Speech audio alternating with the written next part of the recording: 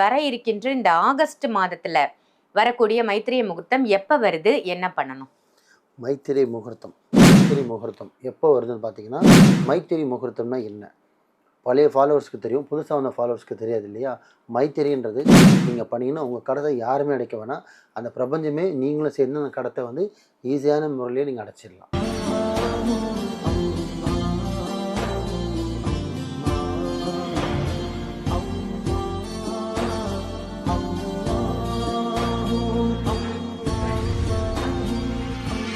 மர்ஜன்ம நேயர்கள் அனைவருக்கும் அன்பான வணக்கங்கள். புயல் காவாங்கரை ட்ரிபிள் டவர்ஸ்ல இருக்கக்கூடிய மாலிக் பாய் அவர்களை தான் சந்திக்க வந்திருக்கோம். வணக்கம் பாய். வணக்கம்மா பாய். இன்னைக்கான டாபிக் வந்து மாதம் நீங்க சொல்லக்கூடிய ஒரு சூப்பரான விஷயம், மைத்திரேய முகூர்த்தம். கடன் அடைக்கக்கூடிய அற்புத நாள் அப்படின்னே, பொக்கிஷமான நாள்னே அதை சொல்லலாம். உங்களுடைய மக்களுக்காக, உங்களுடைய வியூவர்ஸ்க்காக ஒவ்வொரு மாசமும் நீங்க வரக்கூடிய 2 அல்லது 3 இல்ல 1 ஏதோ ஒரு மைத்திரேய முகூர்த்தத்தை பத்தி சொல்லுவீங்க. அந்த வகையில வர இருக்கின்ற இந்த ஆகஸ்ட் மாதத்துல வரக்கூடிய மைத்திரை முகூர்த்தம் எப்ப வருது, என்ன பண்ணணும்? மைத்திரை முகூர்த்தம்ன்றது தேவலோக நேரம் மாதிரி, அதுக்கு ஒரு தனியாக எல்லாத்தோட பவராகவே ஆயிடுச்சு. ஏன்னா நிறைய பேர் என்கிட்ட வர கிளைண்ட்ஸ் கேட்குறாங்க, பை அடுத்த மைத்திரை முகூர்த்தம் எப்போ வருது பை அப்படின்னாங்க. அது வரும்போது வரவங்க இருங்க நான் சொல்கிறேன், பதிவில் சொல்லுவேன் அப்படின்னா. ஏன் அப்படின்னா அதை அவங்க வந்து ஃபிக்ஸ் பண்ணிட்டாங்க. நம்ம கடன் அந்த நேரத்தில் கொடுத்தா நம்ம கடன் குறையுதுன்ற நம்பிக்கை அவங்களுக்கு முழுமையாக வந்துருச்சு. அப்போ என்ன போகுதுன்னா, எப்போ நான் அந்த வீடியோ போடுவேன், அதை பார்த்துட்டு எப்போ அந்த கடனை கொடுக்கலாம்னு வெயிட் பண்ணி கொடுக்குறாங்க. நான் 10 நாளில் தரேன்னு சொல்லியிருக்கேன் பை, எப்படி 10 நாளில் தரேன்னு சொல்லியிருக்கேன். ஆனால் இந்த நீங்கள் சொன்னீங்க அந்த டேட்டில் நான் கொடுத்துருவேன், அப்போ எனக்கு கடன் குறைஞ்சிரும். அது எப்போ வருதுன்னு என் மெசேஜில் கேட்குறாங்க. நான் அந்த மாதிரி மெசேஜ்லேயோ, ஆமாம், நான் மெசேஜ்லேயோ ஃபோன்லேயோ வாட்ஸ்அப்லேயோ எந்த பரிகாரம் எது பண்ணணும் என்ன செய்யணும் எதுவுமே சொல்ல மாட்டேன்.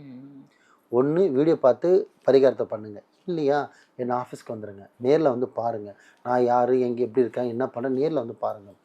நாடு விட்டு நாட்டில் இருக்காங்க மட்டும்தான் நான் ஃபோனில் பேசுவேன்.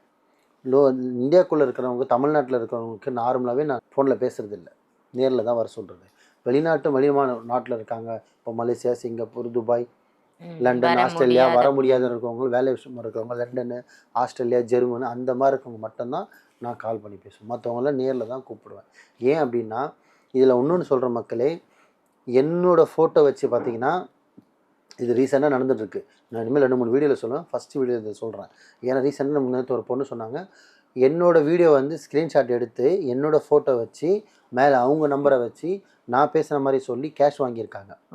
அந்த மாதிரி உங்ககிட்ட வந்து யாருன்னா தயவு செஞ்சு போட சொன்னாங்க, லேடிஸ் பேசுனாங்கன்னா, இப்போ நானும் என்னோடய ஸ்டாஃபும் லேடிஸ் தான், பட்டு டிபியில் என் ஃபோட்டோ வரும், மாலிக் பை ஆஃபீஸான்னு கேட்டு முடிஞ்சால் வந்து கொடுங்க, இல்லையா நேரில் வந்து பாருங்கள்.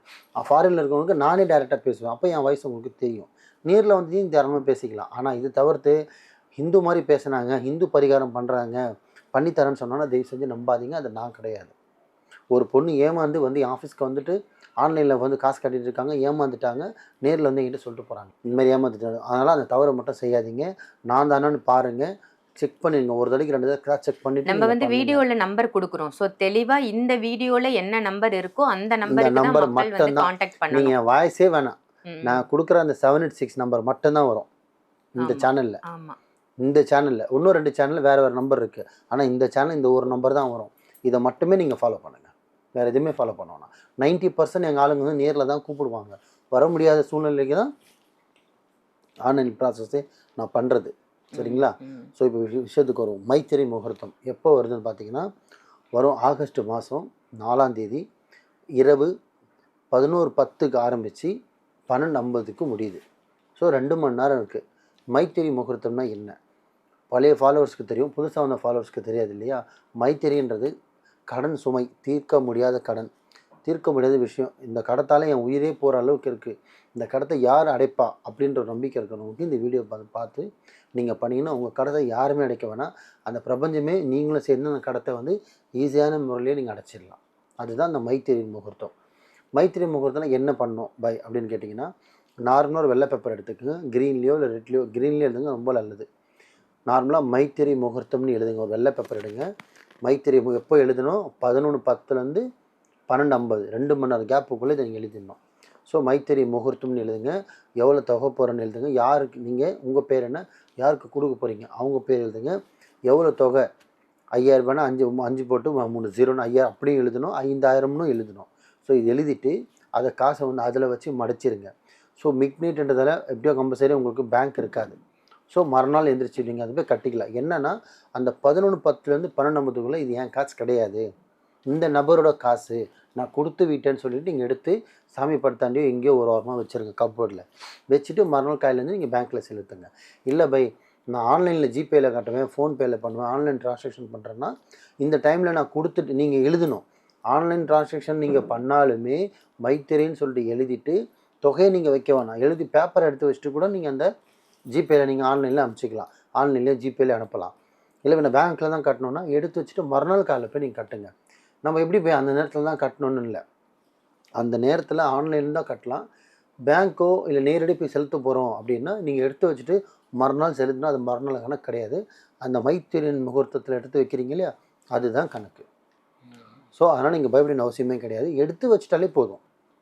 நீங்கள் 2 டேஸ்க்கு எக்ஸாம்பிள் நான் ஊரில் இருக்கேன், என்னால் வர முடியாத சூழ்நிலை, நான் எடுத்து வச்சிடலாமா அப்படின்னா கூட தாராளமாக எடுத்து வைக்கலாம். நமக்கு வந்து அந்த டைம் தான் ரொம்ப முக்கியம், அந்த நேரம் தான் முக்கியம். ஏன்னா இந்த உலகத்தில் வந்து பார்த்திங்கன்னா பில்லி சூனியம் ஏவல் மந்திரம் தந்திரம் கட்டு சிகர் ஜின்னு சைத்தான் காட்டேரி இது எல்லாமே இறைவன் படைச்சதில் இவ்வளோ விஷயங்கள் இங்கே இருக்குன்னா இதில் மனுஷன் படைச்சது நிறைய. இந்த பில்லி சூனியம் இறைவன் படைக்கிறது, மனுஷனாக உருவாக்குனது, புரியுதுங்களா, மிராக்கல்லாம்.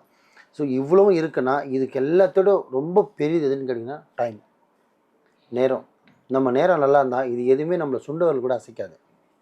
ஆனால் இதே நம்ம நேரம் சரியில்லைன்னா ஒரு கந்திஷ்டி பட்டாலே ஒரு வாரம் எந்திரிக்க மாட்டோம், ஒரு தரித்திரம் வீட்டுக்குள்ளே தான் இருக்கிறது மொத்தமாக போயிடும், ஒருத்தன் சேவனை செஞ்சானா குடும்பமே அழிஞ்சிடும். ஆனால் நேரம் நல்லா இருந்ததுன்னா நம்மளை ஒன்றுமே பண்ண முடியாது, நம்மளை சுற்றி ப்ரொடெக்ஷன் அதுவே கொடுத்துரும்.